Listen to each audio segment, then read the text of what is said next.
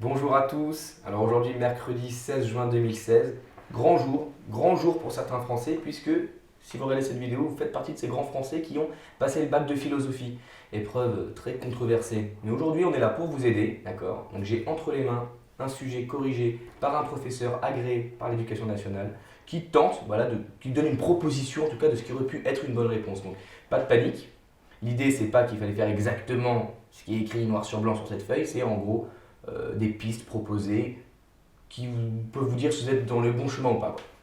Le sujet numéro 1. Nos convictions morales sont-elles fondées sur l'expérience? Donc c'est le sujet pour les terminales L. On est d'accord que c'est un sujet qui lie la morale et l'expérience. Alors à ne pas entendre ce terme comme l'expérience en physique. Les difficultés de ce sujet sont 1. La notion de conviction, qu'il faut bien définir. Qu'est-ce que cela signifie de parler de la morale en termes de conviction? C'est-à-dire de certitude, voire peut-être de croyance. 2. La notion d'expérience. Problématique. Il s'agit de savoir si les valeurs de la moralité ont leur fondement dans des normes transcendantes, donc valables pour tous, auquel cas la moralité ne dépend pas de l'expérience. Ou bien, au contraire, si la morale n'est affaire que d'empiricité, voire de coutume, auquel cas les valeurs deviennent relatives. Donc, on a une proposition de plan. Donc, j'entends bien, c'est une proposition de plan. C'est pas ça exactement qu'il fallait répondre, mais dans l'idée. 1. L'origine des valeurs morales semble relative. 2. Cependant, si c'est le cas, alors tout se vaut. Et 3. Il faut parvenir à penser un fondement moral qui dépasse l'expérience. Grand 1. L'origine des valeurs morales semble relative. Petit 1. La transmission de nos valeurs. L'éducation des parents, par exemple. La moralité nous est transmise de façon descendante à travers les interdits et les devoirs. On nous apprend, par exemple, à ne pas mentir, sans questionner la valeur de cette interdiction. On nous dit juste, faut pas mentir. Petit 2. La conviction que nous retirons du bien fondé de ces valeurs vient du fait qu'elles sont transmises par des ascendants. Et parce qu'elles sont partagées de façon relativement uniforme par notre société, à un moment donné de son histoire. Petit 3. Les valeurs sont différentes selon les époques et les pays concernés. Donc ce qui apparaît moral en un temps ne l'est pas forcément dans un autre. 4. Le relativisme culturel en matière de morale. Les actes qui nous semblent contraires à la morale, pour nous, ne le sont pas forcément pour d'autres. Tel pays autorise la peine de mort, par exemple. D'autres pensent qu'il s'agit d'un acte barbare d'un autre temps. 5. La conviction morale est celle fondée sur le plus grand nombre. Ce que nous appelons moralité n'est finalement que le fait de suivre des pratiques habituelles qui ne sont jamais questionnées pour leur valeur, mais qui ne sont suivies que parce que l'habitude le demande. C'est ainsi que Nietzsche dénonce ce qu'il appelle la morale du troupeau. Alors le bien correspond en gros à ce que le plus grand nombre fait. Voilà. Donc une transition possible pour la partie numéro 2. Si la moralité nous apparaît relative, quelles en sont les conséquences? Grand 2.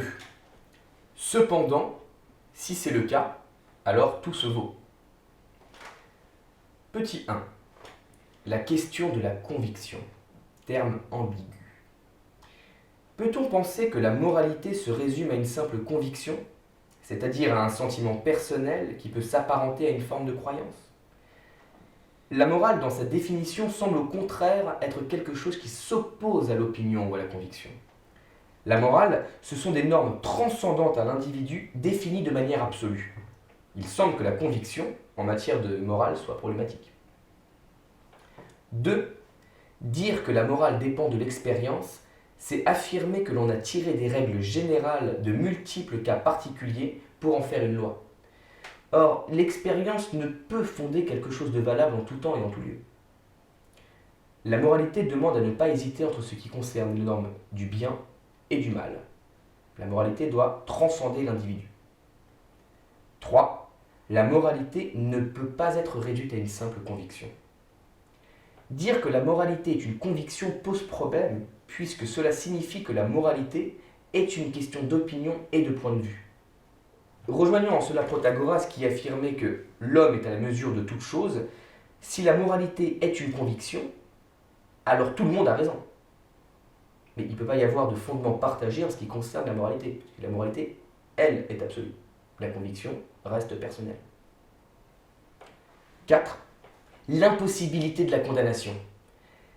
Si l'on affirme le relativisme des valeurs en matière de morale, et si l'on dit qu'elles sont le produit de l'empiricité et d'une certaine histoire, alors il semble impossible de condamner certaines pratiques, parce que pour condamner, il faut le faire en référence à un bien ou à un mal supérieur, et qui ne dépend pas des circonstances.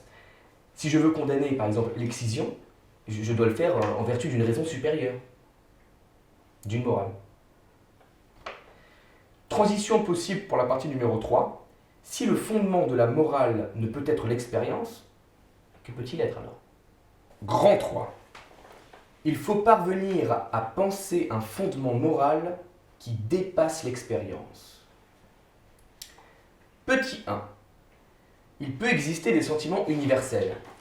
Par exemple, pour Rousseau, la pitié est un sentiment commun à toute l'humanité.